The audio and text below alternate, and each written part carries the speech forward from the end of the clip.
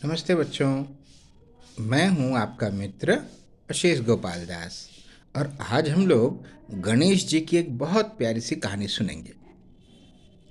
आप सब लोग को मालूम है, देवाधिदेव महादेव भगवान शिव जी और माता पार्वती जी की एक संतान थी जिनका नाम था कार्तिकेय। उनको षडानन भी कहते हैं क्योंकि उनके 6 मुख थे। और उनकी दूसरी संतान का नाम था गणेश जी। तो गणेश जी बहुत बुद्धिमान है। हमको जब भी अगर किसी कार्य में विघ्न नष्ट करने हैं या हमें बहुत बुद्धि चाहिए तो हमें गणेश जी की आराधना करनी चाहिए।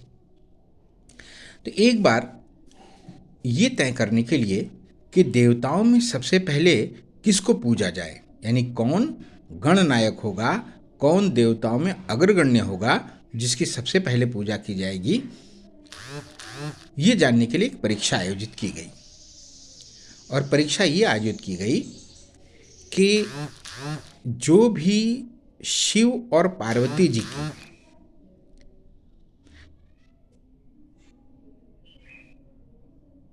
आदेश पर पूरी पृथ्वी की एक परिक्रमा सबसे पहले लगा करके आएगा, वही देवताओं में सबसे आगे पूजा जाएगा।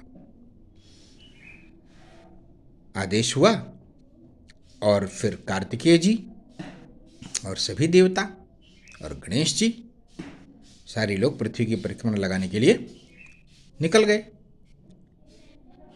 गणेश जी बहुत बुद्धिमान, सबके पास तो बड़े बड़े वाहन थे। गरुड़ पर कोई विराजमान हो रहा है ना, कोई ऐरावत पर विराजमान हो रहे हैं। सबके पास एक से एक वाहन थे। और गणेश जी का वाहन तो आप जानते हैं कौन है, चूहा। और गणेश जी वैसे ही विशाल शरीर वाले, गजबदन, उनका मुंह जो है वो हाथी के मुंह के समान। तो गणेश जी ने अपने वाहन चूहे पे बैठ के जाकर अपनी माता और पिता की जल्दी से 3 परिक्रमा लगा ली और वहां पर आ गए। सारे देवता जब हाँफ करके दौड़ भाग करके वापस आए तो देखा गणेश जी वहां तो पहले से मौजूद हैं। तो सबने कहा कि ये कैसे गणेश जी ने इतनी जल्दी परिक्रमा लगा ली। तो शिव जी ने कहा कि माता और पिता पृथ्वी स्वरूप होते हैं, तो माता और पिता की जो भी 3 परिक्रमा लगा ले वह पृथ्वी की परिक्रमा के समान होता है। इस बात को सब लोगों ने माना और यहाँ माता पिता की महिमा भी स्थापित की महादेव जी ने और पार्वती जी ने।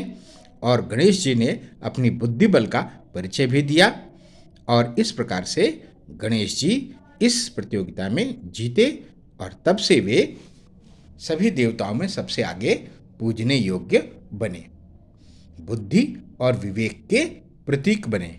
इसलिए आप देखते हैं कि कोई भी शुभ काम होता है तो सबसे पहले किसकी आराधना होती है, गणेश जी की। सबसे पहला निमंत्रण गणेश जी को दिया जाता है, उन्हीं की पूजा की जाती है, तो सब काम निर्विघ्न संपन्न होते हैं। कैसी लगी कहानी है आपको बच्चों, कमेंट करके बताइएगा। और ऐसी कहानी देखने के लिए मेरे चैनल यायावरी दिल से को लाइक कीजिए, सब्सक्राइब कीजिए और शेयर कीजिए अपने मित्रों के बीच में।